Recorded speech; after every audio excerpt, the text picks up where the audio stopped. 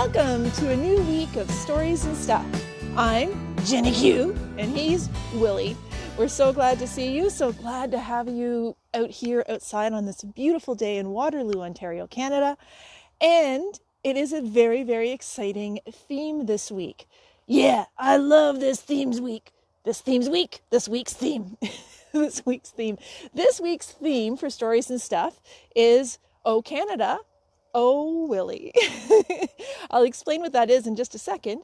If this is your first time visiting us, what shall we say? Welcome to Stories and Stuff. That's right. And if this is your first time, all it is it's a short video segment that we do every Tuesday, Wednesday, and Thursday that shares some stories and stuff. Yeah, really, it's that basic. And so we've started to evolve it into themes. And the theme this week is Oh Canada, Oh Willy. And I'll tell you where that came from, is Willy and I were looking at the calendar. Yeah, we were. We like to be organized. Yes, we like to be organized. We're going to try and step back here a little bit, guys, so you can see both of us. Yeah. And we realized that very soon it's going to be Canada's birthday. It's going to be Canada Day. July 1st is coming up really, really, really, really fast. And so Willy wanted to know more about Canada. Well, as we've learned in the last couple of months, technology is awesome. You can use it to Google and to search and to learn and YouTube and all sorts of cool things. Yes, you can. But what it is not so super good at is knowing and getting to know you, which is perfect because we want to get to know you. So in the next couple of weeks, we want to find out what Canada Day means for you as a Canadian. Yeah. Like if you were born and raised here, or you moved here, and now you're a landed, a landed immigrant. If you are a Canadian and you're somewhere else, that's called living abroad. That's right, it's called living abroad. And so what we want to do is we want to further explore technology and invite you guys to come on live right now with us and talk to Willy. And you can tell him one or two great things that makes being a Canadian awesome for you in preparation for Canada Day, and perhaps how you celebrate Canada Day. That's right. I know that Jenny used to go to the Parliament buildings and watch fireworks. Yeah, I hear they're quite loud and quite beautiful. They are. So are fireworks part of your thing now or not? Now, we won't go on and on about that, but that's what today is. And then the stuff is usually related to the story. And I got some stuff. I know you got some stuff. Okay. And the other thing we're going to try today, guys, is we're stepping up our technology. We've got a microphone here to hopefully make the sound a little bit better. But here's one of the cool things we're doing. We're using my iPod, and we're going to actually start timing stuff. So I'm going to turn on my iPod, and we have 5 minutes to share a story. And so we're going to share a story I've prepared in case no one was available to come and share with Willy today. Yeah, maybe tomorrow. So I do have something. So I'm going to start, and I have a story. Of course I have a story. Here we go. Okay, so today's story, for the story portion of our show, is we want to talk about a little bit about Canada, and I wanted to tell Willy about Laura Secord. Ooh, I love Laura. Laura Secord, she's a great chocolate lady. Yeah, she is associated with chocolates, but she's not a chocolatier. What? She doesn't make chocolates. What? Laura Secord is actually a very important woman in our history, in our Canadian history. Is she really? Mm-hmm. Let me tell you about it. Back when we were becoming a nation, when we were growing and establishing ourselves, yeah, it was very long ago. It was back in the 1800s. And there was a really, really big war called the War of 1812. Wow, that's a long time ago. There was a huge war. And the war was actually between what was then the Americans and the British, because the British are who lived in Canada. We weren't known as Canadians at that time. And so, but there were also all sorts of amazing people who already lived in Canada. And those people are called Aboriginals. They're the people who were originally here. And so the Aboriginals and the British formed a lot of friendships, and they helped to protect our border.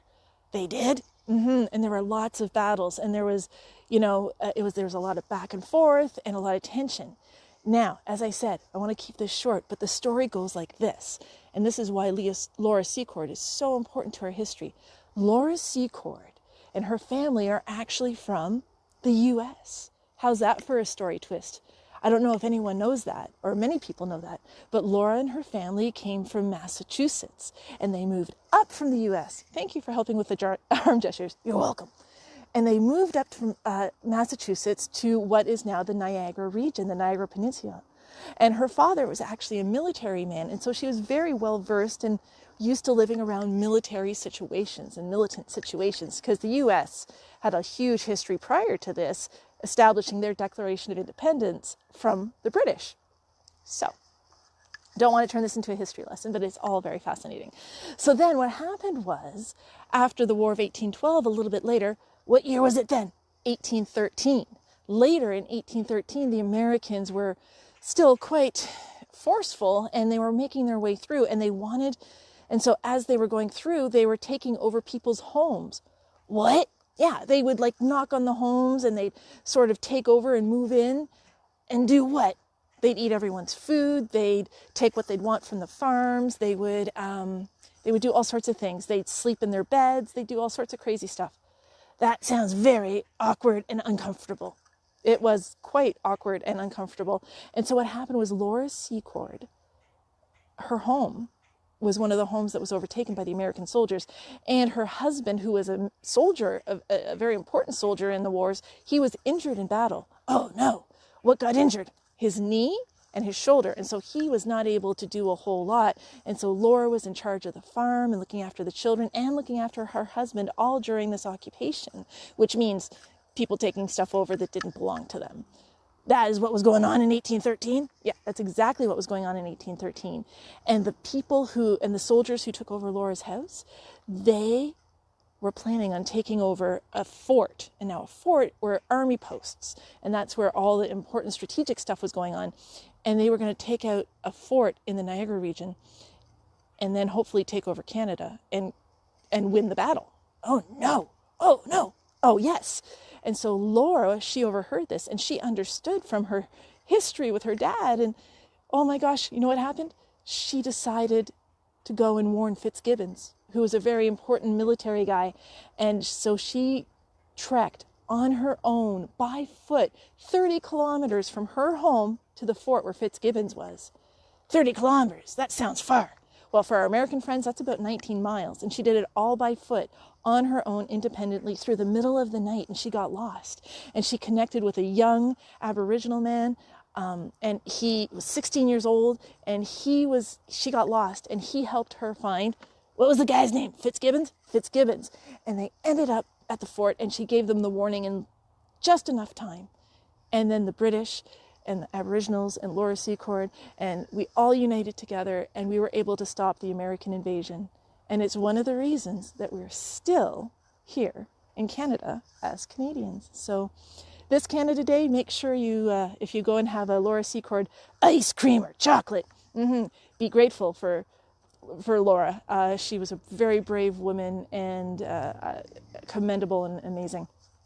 That is very cool, but I'm still unclear why we have Laura Secord chocolates. Oh, right, there's that part of the story. Exactly. So, oh, look at that. That is actually perfect timing. Can you guys hear that? So, what that means is the story needs to be done and we're moving on to stuff, which is actually what we're doing. Exactly. So it's perfect. I'm so excited. Me too. So tell me about the chocolate and the ice cream. Right, the chocolates and the ice cream. So 100 years later, in 1913, there was a chocolatier, and his name, I've got to look it up. I've written it down. His name was Frank O'Connor, Frank P. O'Connor, and he was Canadian, and he was in Toronto, and on Yonge Street, he opened the first Laura Secord store, and it was to honor her. And I found in my research, love the research, I found in my research it was because he decided to dedicate his store to Laura because of her bravery and her dedication and her importance to who we are as a mosaic. So, and that's why there's Laura Secord stores. That is very cool. I also found out that it was called Fanny. Let me see. Hang on. What was it called? I can't find it. It was something called like Fanny Farmer chocolates or something in the US. They didn't call it Laura Secord. No, which is very interesting. It had 2 different names. Anyway, sort of off on a little bit of a tangent there, guys. I hope you enjoyed that story. I hope you found it a little bit interesting to understand that our independence, there are all sorts of battles behind our ability to be free in who we are today in Canada. And Laura Secord is one of our historical figures we really should thank. So thank you, Laura. Okay, I always come prepared with stuff. Yes, you do. Okay, here is my stuff. I've got 2 jokes. Okay, they're chocolate-covered, delicious kind of jokes. Okay, let me move aside and I'll give you the platform. Okay. Why did the M&M go to college? Why did the M&M go to college? I don't know. He wanted to be a smarty. That's actually very funny. Thank you for that one, Willy. Okay, one more. Okay. What happens before it rains candy? Ooh, I'd like that, raining candy. What happens before it rains candy? What do you guys think? Do you have an idea? It sprinkles.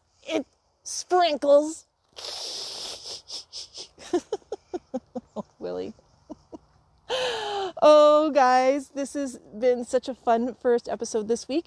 We certainly hope that we'll have someone else join us tomorrow and Thursday to come and share a part of their Canada Day celebrations and what they do and what it means to be Canadian to them. And that is it for today. So, as we always say, share your love, share your smiles, and share your laughter. Ha ha!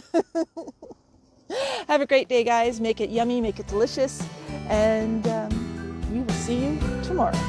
Guys. Bye.